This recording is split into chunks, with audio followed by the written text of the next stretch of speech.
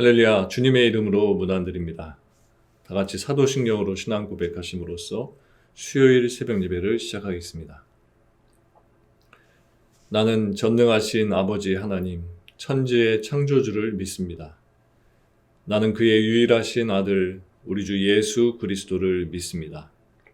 그는 성령으로 잉태되어 동정녀 마리아에게서 나시고 본디오 빌라도에게 고난을 받아 십자가에 못 박혀 죽으시고 장사된 지 사흘 만에 죽은 자 가운데서 다시 살아나셨으며 하늘에 오르시어 전능하신 아버지 하나님 우편에 앉아 계시다가 거기로부터 살아있는 자와 죽은 자를 심판하러 오십니다. 나는 성령을 믿으며 거룩한 공교회와 성도의 교제와 죄를 용서받는 것과 몸의 부활과 영생을 믿습니다. 아멘. 하나님 감사합니다. 좋은 계절을 주시고 또 이 계절을 누리며 만끽하며 살 수 있는 은혜를 주심을 감사드립니다. 오늘도 주님 앞에 나와 예배를 드리며 하나님께 간구하며 우리의 기도 제목을 올려드립니다. 각 성도들이 가지고 있는 많은 기도 제목들 주님 아시지요. 우리가 예수 그리스도의 이름을 부르며 그 이름으로 기도 드릴 때 하나님 하늘의 문을 열어주시고 응답하여 주시옵소서. 질병으로 인하여서 고통 중에 있는 환우들의 신음소리를 들어주시고 저들의 간구를 들어주시옵소서. 위로의 하나님, 치유케 하시는 하나님, 그 은총을 맛볼 수 있도록 그래서 회복된 그 모습 통하여서 남은 인생이 간증의 인생 되게 하시고 또 그 모습을 바라봤던 모든 성도들이 함께 기도했던 모든 성도들이 회복의 하나님을 더욱더 찬양하며 믿으며 간증하며 살 수 있도록 도와주시옵소서. 하나님, 오늘도 함께 하나님의 말씀을 나누려고 합니다.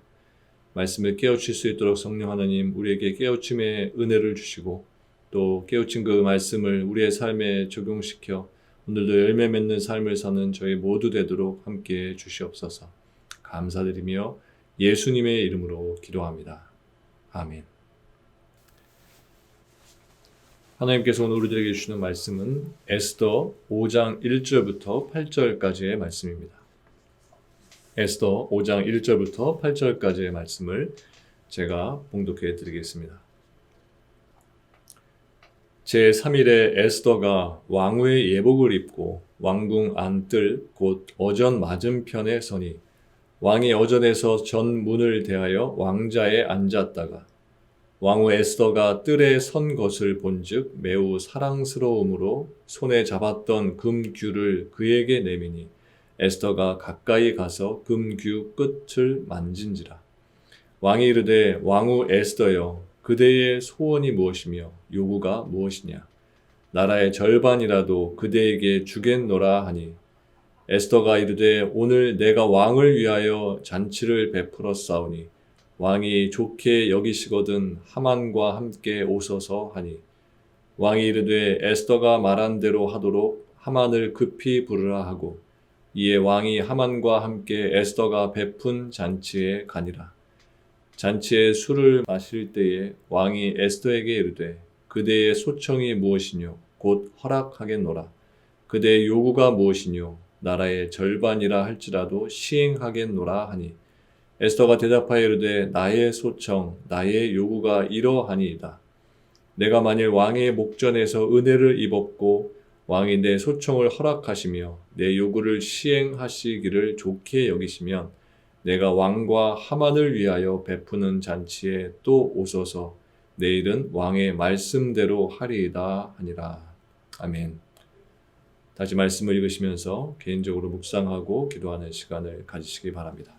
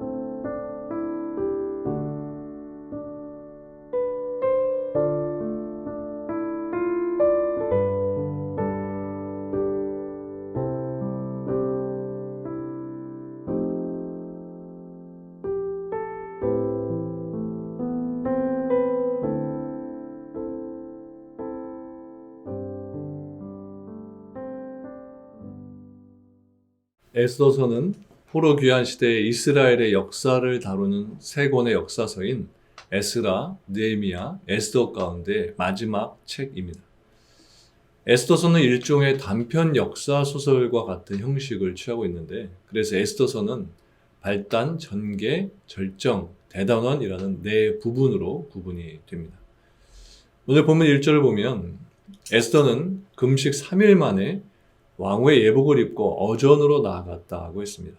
즉 에스더는 죽으면 죽으리라 하는 결단을 내리고 왕의 부름도 받지 않은 상태에서 왕에게로 나아갔다는 것입니다.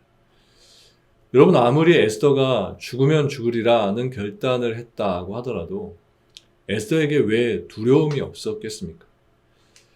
그녀는 왕의 부름을 거절했던 와스디의 운명이 어떠했는지 잘 알고 있었을 것입니다. 와스디는 왕의 부름을 거절했다가 왕후에서 폐위되는 지경에 이르게 되었습니다.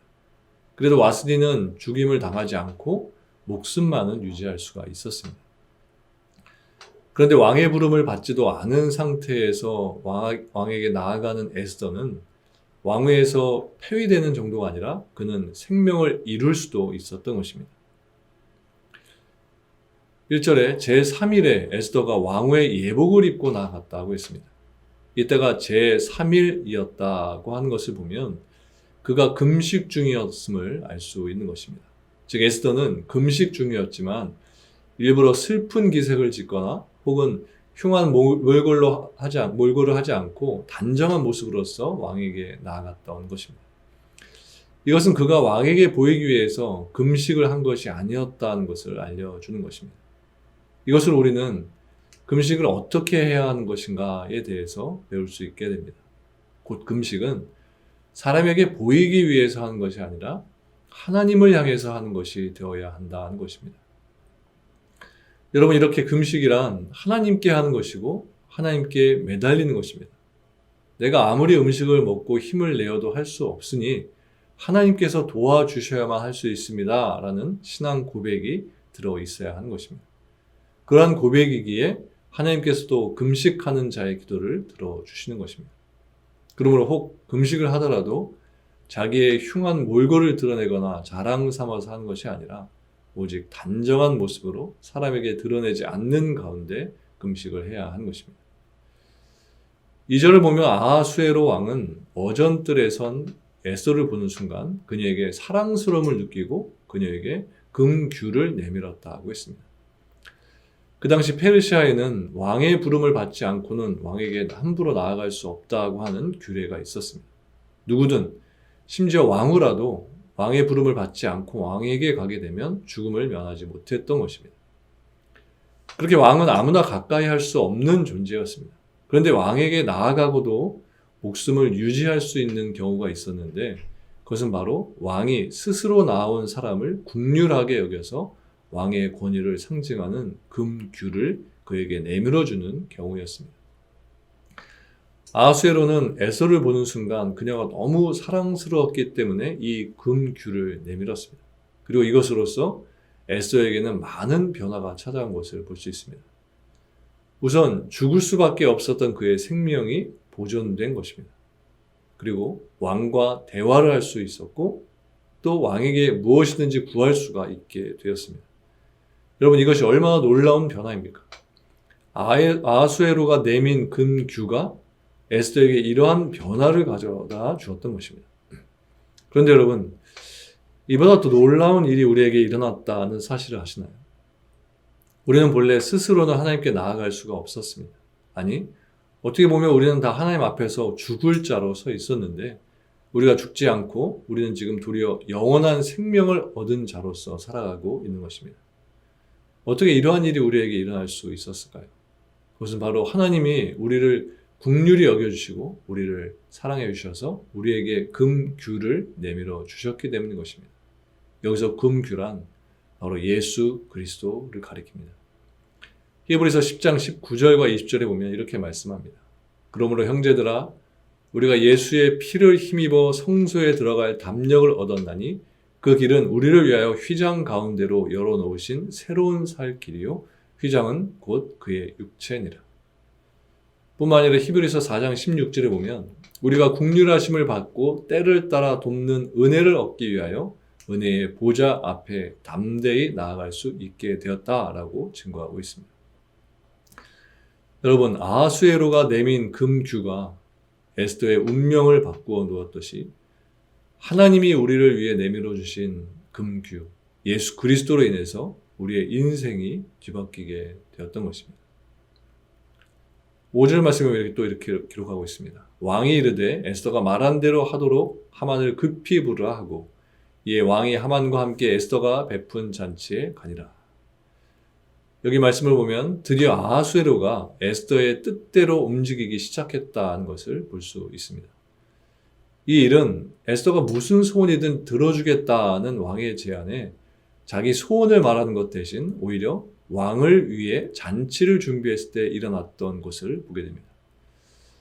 한번 생각해 보시기 바랍니다. 만일 에스더가 왕의 소원이 무엇이냐 이렇게 물었을 때 즉시 그 소원을 말했다면 어떤 일이 일어났을까요? 왕은 분명히 그 소원을 다시 한번 재고해보자 라고 했을 것이고 하만과 이것을 의논을 했을 것입니다. 그렇게 된다면 에스더의 소원은 기각될 것이 뻔한 것입니다. 그러나 에스더가 자신의 소원에 급급해하기보다는 왕을 위한 잔치를 2번이나 벌였던 결과 왕은 에스더의 소원에 집중하게 되었고 그로 인해서 에스더는 민족을 구원하는 큰 일을 이룰 수가 있었던 것입니다. 이러한 사실을 통해 우리는 중요한 영적 교훈을 발견할 수 있게 됩니다. 그것은 다른 사람을 섬기고 또 다른 사람을 기쁘게 할 때 그 사람이 감동하게 되어서 그의 행동과 마음까지도 움직일 수 있다는 것입니다. 여러분, 사람은 누구나 다른 사람의 명령과 지시에 따라서 움직이는 것을 싫어합니다. 오히려 다른 사람을 자기의 뜻과 의지대로 움직여가는 것을 더 좋아합니다. 하지만 권위적인 태도로 명령을 하고 위협하고 때를 쓴다고 해서 되는 일이 결코 아닌 것입니다. 오히려 사람들은 그런 사람들을 혐오하고 또 싫어합니다. 반면에 그 사람을 먼저 섬기고 기쁘게 해주면 사람들은 자기를 섬기는 사람을 보고 감동하게 되어서 그 사람의 뜻을 경청하게 되는 것입니다. 여러분, 다른 사람을 감동시키고 그 사람을 움직이기 원하시나요? 여러분의 남편을 움직이고 싶으신가요? 여러분의 아내를 움직이고 싶으신가요?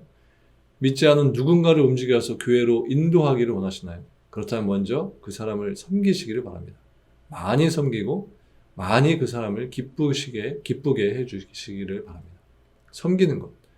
그것이야말로 하나님이 우리에게 주신 지혜의 방법인 것입니다. 또 6절 말씀은 이렇게 기록되어 있습니다. 잔치의 술을 마실 때에 왕이 에스더에게 이르되 그대의 소청이 무엇이며 곧 허락하겠노라.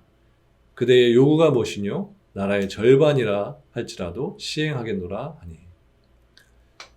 여러분은 이 아하수에로의 말을 들을 때 무슨 느낌을 받으시나요?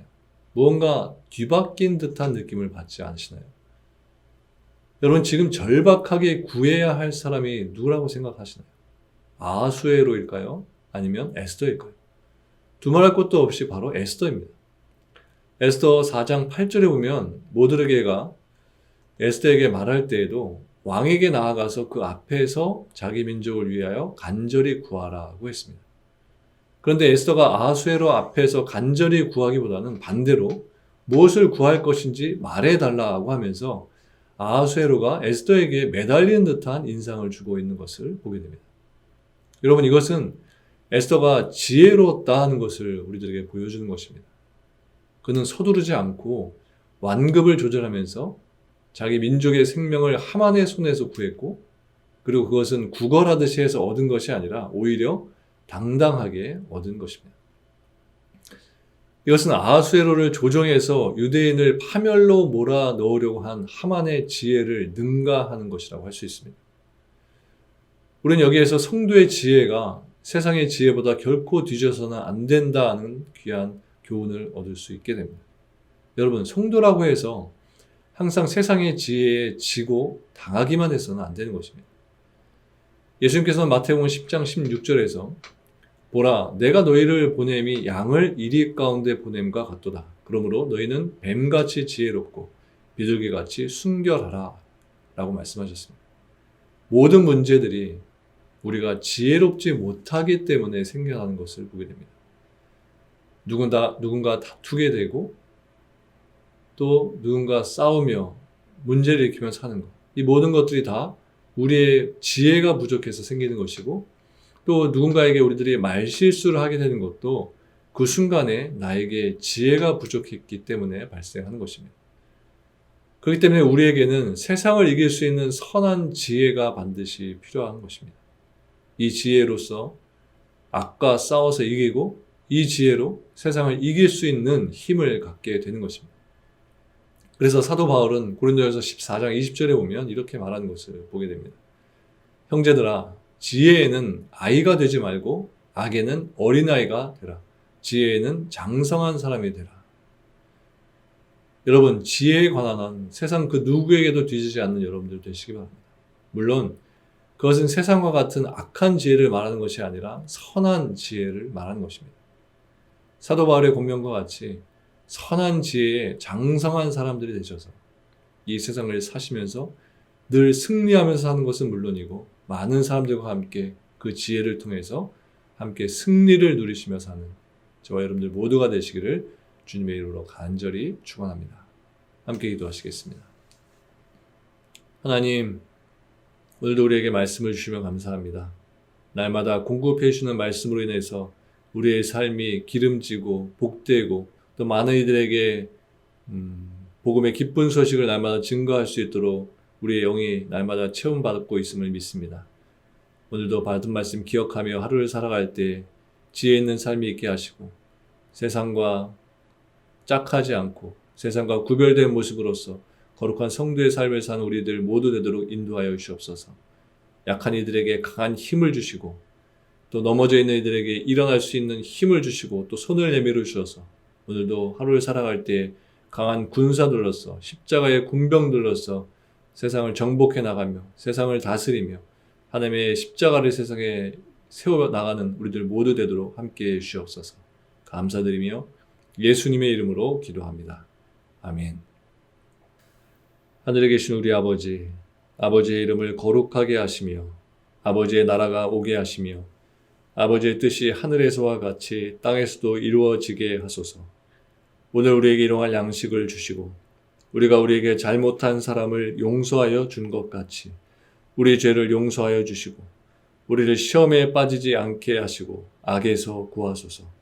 나라와 권능과 영광이 영원히 아버지의 것입니다. 아멘.